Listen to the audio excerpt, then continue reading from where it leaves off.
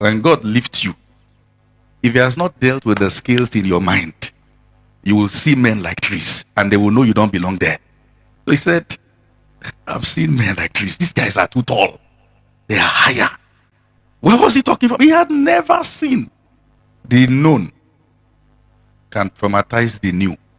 What you have always known can restrict everything else God wants to do. Search across scriptures, you will see several episodes of people who kept seeing men like trees. And the reality of that was that they never stepped into God's best for them because they were traumatized. Exodus chapter number 1. Let's start reading from verse 6.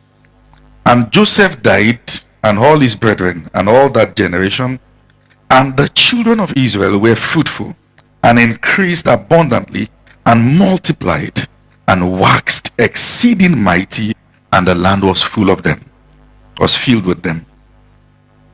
And there arose a new king over Egypt, which knew not Joseph. Let me say this to you as a word of encouragement.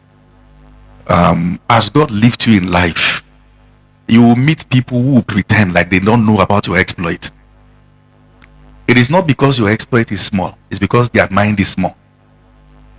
When you meet such people, embrace them and help their esteem.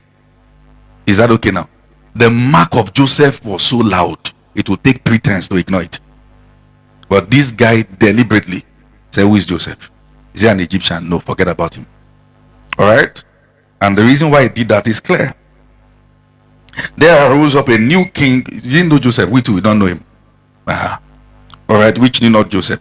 And he said unto his people, behold, the people of the children of Israel are more. Somebody say more.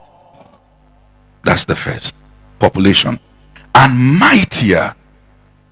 Might now talks about their capability, their strength as a people. Look at it. They are more and mightier than we. Come on, let us deal wisely with them, lest they multiply, and it comes to pass that when there falleth out any war, they join also unto our enemies and fight against us, and so get them up out of the land. When Pharaoh observed them, they had two dimensions of growth.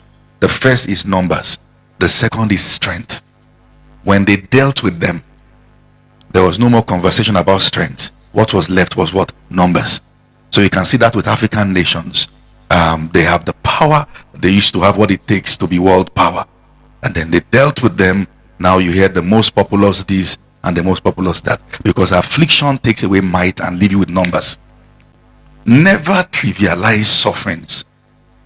Even when the suffering is gone, the man may still be suffering from the effect.